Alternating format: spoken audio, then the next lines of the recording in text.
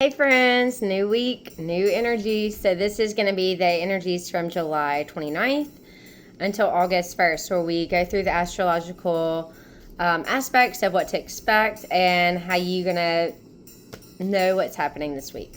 Okay, so there's some energies that are present from last week that I want to mention that we will continue to see, and then we'll move into like new energies that we'll have this week. So on Sunday, we are going to still be feeling the square between Venus and Mars. So this is some type of tension around the change that we felt at the beginning of July. And I'm just revamping the things that I might have said last week and the week before, because it is the same energies that we felt around 2 weeks ago. So this has been an ongoing square between Mars and Venus. So there's some kind of tension that might be in relationships, or something that we're having to sit with that's uncomfortable, that we haven't been able to move forward with. And it's almost like Mars is holding Venus in this point of tension, pushing through these new changes, where maybe there are relationships that are feeling this newness and it's not comfortable yet. So we are still at that square between Venus energies, and this could be finances, this could be relationships, this could be like your capacity to love. So Mars is your drive. It's putting this change into action.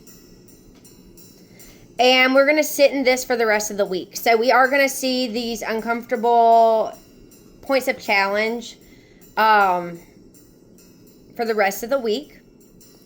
We also have Mercury now is direct. It's stationed direct on Thursday of last week. And it is still in an ongoing square with Saturn.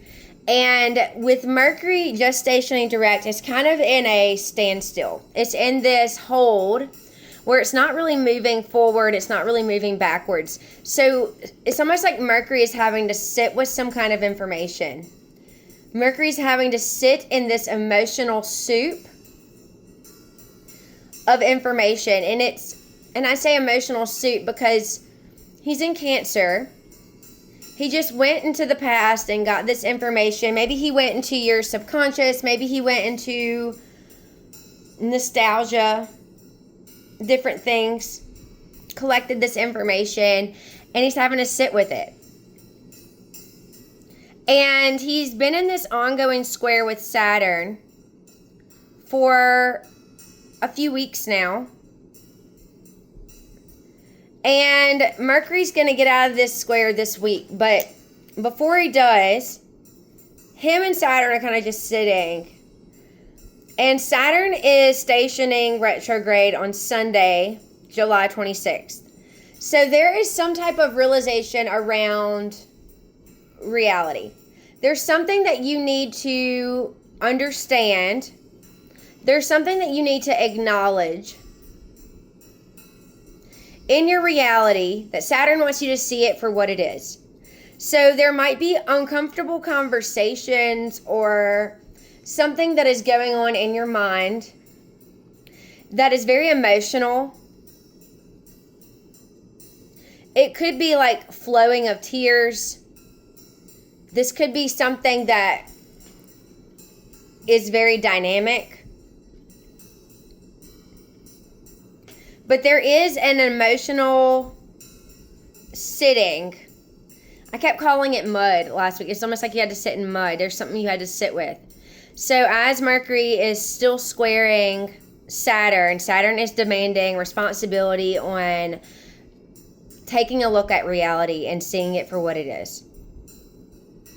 So there is a sextile between Mercury this week, now direct, and Venus in Virgo. And Venus in Virgo has practical support and understanding for Mercury.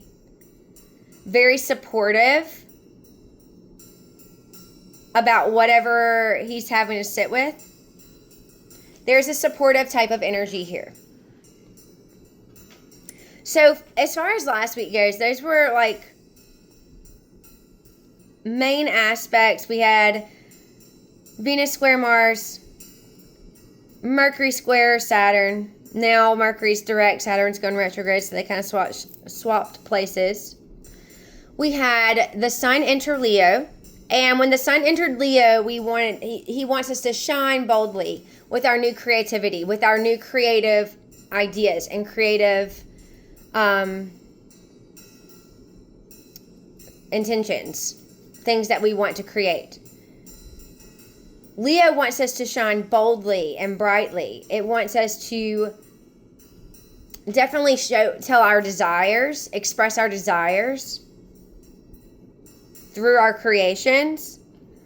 And its conjunction to Jupiter, and it's applying, so that means they're getting closer and closer, is about 2 degrees apart on Sunday. So the Sun is definitely feeling that opposition to Pluto on Sunday. There's definitely something that is applying there. I'll actually mention that more on full moon day on Wednesday. But let's continue. So we do have that opposition with the Sun and Pluto, and the Sun conjunct Jupiter and Pluto.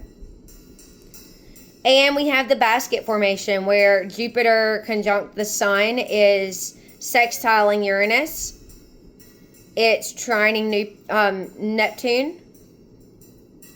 And Pluto is trining Uranus and sextiling Neptune. And we have this, and then Neptune and Uranus is sextiling each other. We have this basket formation that we've been talking about. And as the Sun moves into the place of where Jupiter was at this 4 degree mark, it's going to, I feel like it's going to do kind of the same idea as Mars. When Mars moved into this basket formation, it set something off with a torch. It put something into motion. And I think what the Sun is doing here is it is bringing all its warmth and creativity and light, and it's shining on the things that we are meant to carry forward, the things that are aligned. And it's showing us what's not aligned too. But I feel like it's like shining brightly and saying, this is our new self. This is our bright new creation. And I want to express this to the world. I want to show this to the people. The people.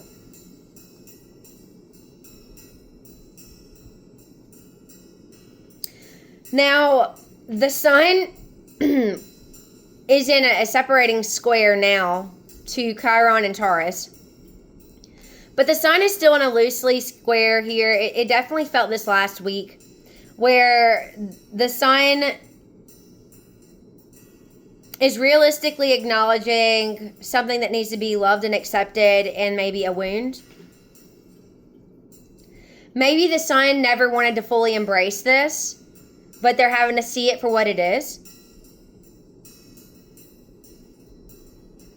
So there is some type of revealing around wounds last week that we might still be feeling and sitting with a little bit. And the moon is in Capricorn on Sunday. And a Capricorn moon is very disciplined. This is an emotionally responsible moon. It might be a little detached and cold, but that's because they're coming from a logical standpoint. So this moon in Capricorn is squaring Neptune retrograde. And Neptune retrograde really wants us to internally trust ourselves and dissolve anything that doesn't align with what we're going, so that you can see more of your potential. And the moon is squaring this Neptune and Aries retrograde. So if you have a responsible moon like Capricorn, this is very Saturn energy. And you know that Saturn and Neptune really don't play well together. So this is almost like you're having to recognize and untangle emotions around responsibility, around your structured reality, and dissolving your independent goals and dreams. So there's almost like this clashing of energies where the moon wants you to be responsible around what you're feeling. Almost like, is this showing you reality? Are these dreams, can they be real? The moon wants you to untangle these emotions of what's actually here, what you're actually feeling emotionally, and your desired new goals for this new dream you're building. Before I move to Monday, I do want to mention that the true nodes of fate are shifting signs on Sunday. Now, I know that we talked about the nodes of fate not switching sides until August the 17th, but that is the mean nodes. This is a different way of calculating the nodes. So, just for an understanding of the cycles that we are kind of clearing out and moving into that's new and different, when the North Node in Pisces moves into the North Node in Aquarius, this is going from the flowy, empathetic realms of Pisces into more of a cognitive, future focus, innovated outlook that Aquarius gives us. And Aquarius wants us to find our beautiful new dreams of our authentic selves. They want us to be very unique and different. Aquarius is very unique, very innovative, and it wants us to step into this new role of ourselves as an innovative, future-oriented thinker, because it's an air sign. And it wants us to create this new reality around your new authentic version. Now, the South Node moving from Virgo into Leo is helping us drop pride, drama, competitive nature, and is really helping us with heart expansion. Now, if you remember, we talked about this last week, but Jupiter is moving through Leo and expanding our heart on this side, where the South Node is in Leo, and it's helping us dissolve the negative qualities of Leo. So helping us remove the drama, helping us not come from a point of ego that is detrimental to ourselves. So these are really good. I love that the energies are happening at the same time. So that we're going to get some really new versions of the Leo self, really new versions of the Aquarius self in our chart. So these are going to be very different things that we have not seen in the past. So on Monday, as the moon moves forward in Capricorn, it has a square to Saturn in Aries retrograde. So remember, the retrograde makes us see things for what they are. So this disciplined, emotional moon wants us to be very straight on what actually is happening. He wants us to see things for what they are at an emotional standpoint. So like, why are you getting emotional about that? That's not even real. That sounds like a cat moon to me. Oh my gosh, right? Yeah, absolutely. So Saturn wants us to see things for reality. So there might be a tension here because we are having to see things for what they truly are. An acceptance here, an emotional acceptance. On Monday, we also have the sun moving directly across from Pluto. So this is going to bring up something that you are passionate about creating that possibly causes a power struggle, making this way more personal than when it just entered Leo, because Pluto is making you acknowledge something, making you feel the intensity of what does not align. It makes you very uncomfortable with what is not aligned for this new creation, for this new passion that you are presenting. And we don't have a whole lot of aspects on Tuesday as we move forward, but let's move forward into Wednesday. Wednesday is our full moon in Aquarius at 6 degrees 30 minutes. It is exact at 10:37 a.m. Eastern Standard Time. And what is really powerful about this moon is that it is opposite of the Sun conjunct Jupiter at 6 degrees and 30 minutes. So Jupiter conjunct Sun is very abundant, happy growth energy. It is bold creations. It's very proud of what you have, what you are creating. And it is directly opposite the moon, who first had to transfer over Pluto. So earlier in the day, as the moon crosses over Pluto, there are some intense emotions that are felt that makes this personal.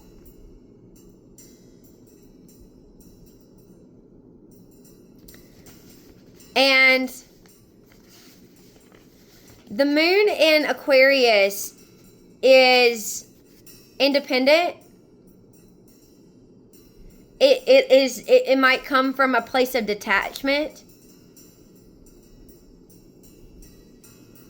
It also desires responsibility and boundaries.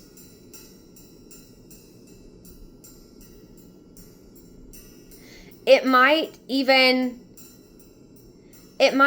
talk about, like, it might require you to change in some way. It feels like an innovative moon, a very okay with the new and different, emotionally okay with change, even though it's a fixed sign, because it's innovative. It's like an up leveling. But once it crossed over Pluto, there was some intense emotions that personally is feeling this is exposure. And so remember, the moon is opposite the sun, that is shining a light on these new bold desires that you're sharing, that you're expanding, that you're feeling in your heart and your solar plexus, because these are the areas of the Sun and Jupiter. And Pluto is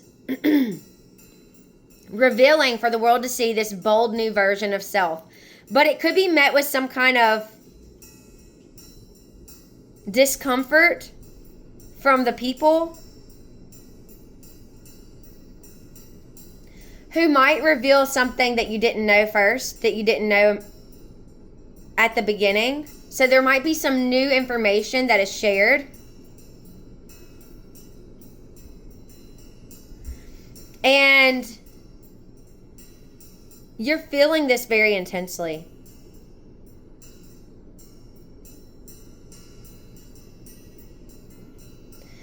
So as the moon is opposite the sun and Jupiter,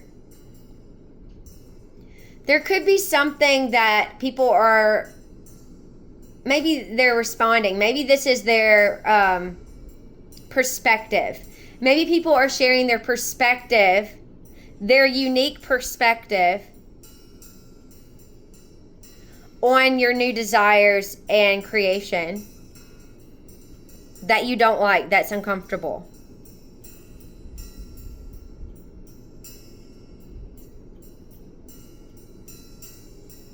And it's affecting your emotions. It's affecting how you are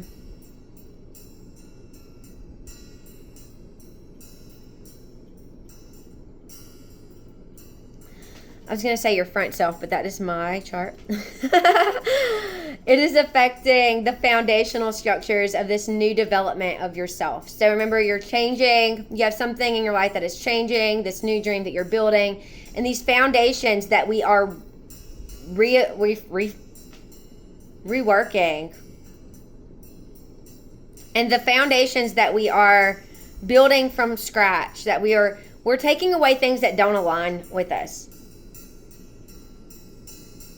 And this reveal might show you something that's uncomfortable that you need to see, that you need to hear. But it's not going to make you back down. So the sun is still very proud, and Leo shining with this creation, and it's going to walk forward with the support of this cradle, with its new creation. And this is a very powerful energy with the sun and Jupiter, this cradle formation, the moon. This is definitely deep and life-changing aspects. This is definitely a shift between maybe an old version and a new version, with the nodes of fate changing, with the sun moving into Leo. We're definitely starting a new chapter. We're definitely seeing the old close up, wrap up. So there could be some endings here. Some big endings.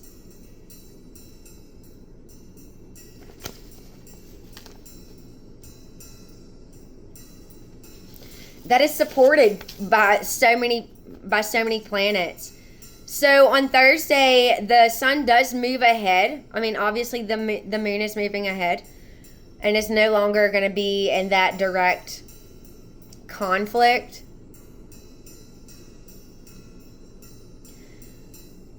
And it's going to get support. The moon is going to get support on Thursday from Saturn. Maybe support from the reality of things. Maybe support from what is really happening. And it's also going to get support from Mars, expanding our courage to take action and go forward these new changes. There's emotional support from both Saturn and Mars on Thursday. The sun is moving ahead and is no longer in that direct blaze from Pluto, although it is still conjunct Jupiter and feeling that expansion, that love, that abundance from Jupiter.